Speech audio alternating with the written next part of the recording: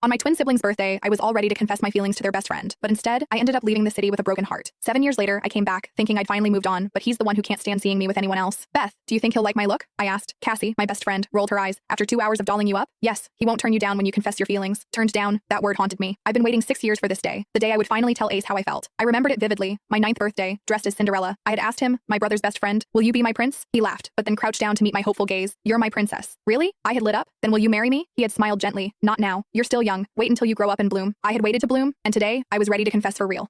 You look stunning, though I preferred your long wavy hair. Beth said. I cut my hair to shoulder length, styled straight, imitating Tess, my sister, and Ace's type. I even wore her favorite perfume. Short hair's in fashion. Ace likes it, I said, checking my nails. All of Ace's exes had looked like Tess. I knew they were temporary. Once we were together, no one else would matter. Cassie frowned at my dress. Too short. Fine. I huffed. Time to face him. The Huttons family birthday party was grand, as Tess and Tobias made their dramatic entrance. I scanned for Ace. He should have been here after his father's death. He changed. Gone was the carefree Ace, replaced with a distant, angry version. Yet he was always kind to me. Then I saw him. His gray eyes now shadowed, scanned the room. Rosebud, he murmured. His stare fell on my hair and makeup. Hey, I called out. He looked at me, his gray eyes cold, and I felt a twinge of panic. What are you wearing? I bit my lip, unsure. I thought you'd like it. He frowned. You don't need my approval. It's your choice. With that, he walked away, leaving me standing there, heart sinking. I ran upstairs, changed into the white gown my dad had brought, and removed my makeup. I needed to be myself, but I couldn't shake the feeling that it wouldn't matter. When I returned to the party, he was nowhere in sight. Tobias and Tess were busy. I searched and finally found him, distant in a corner with a drink. Happy birthday? I wrapped my arms around Tess. Thanks. She pulled back. You changed? That dress was a bit uncomfortable, I said absent-mindedly, my eyes set on him. I will be back in just a minute. When I went to move, she caught my arm and dragged me away from her friend's earshot. You're going to confess tonight, aren't you? I let out a gasp. How did she know? Stay away from him, Emerald, and you and I both know he only cares for you as a brother, not a partner. My anger flared. I will do whatever the heck I want, Tess. It's none of your business. So, leave me alone. Turning on my heels, I walked away. Once I had padded close to where Ace stood, I took a calming breath and smoothed my hair. No one could stop me from expressing my feelings today. Won't you play chess with me today? I asked. His nod made me grin. Library? Yeah, boring party anyway. I prepared the board, heart racing. 10 minutes passed. 20, no Ace. Disappointed, I returned to the party. Later, I wandered to the balcony, seeking air. But then, someone else, my heart froze. I caught Ace in a deep kiss with my sister. My chest ached. Betrayal by someone I loved. I ran to my room, sobbing, cradling my heart. 7 years have passed. I moved on. Warner, my college boyfriend, was perfect, kind, intelligent, and understanding. We were good friends from the beginning. After my several failures at keeping up on dating a guy for more than a week, I gave up on kindling any kind of relationship with anyone. And when Warner one day asked me out at a friend's get-together, I couldn't turn him down. 6 months into our relationship, we traveled together. At the airport, his hand in mine. I felt safe. He knew me better than anyone. Landing in Los Angeles, my parents greeted me warmly. Dinner that night felt familiar and chaotic. Mom's apple pies to buy a sneaking extra bites. Dad pretending not to dislike Warner when Mom asked about my bracelet. I froze. Someone gave it to me on graduation night. I said, no name princess, you shouldn't accept gifts from unknown people. Dad warned Warner, muttered probably Tom, the guy who followed her around in college. He disappeared after I warned him. Cue my parents shouting just what I needed later. My sister Tess finally arrived. Perfect hair, perfect dress, perfect everything. And with one sentence, she detonated the night you heard about the Valencian party tomorrow.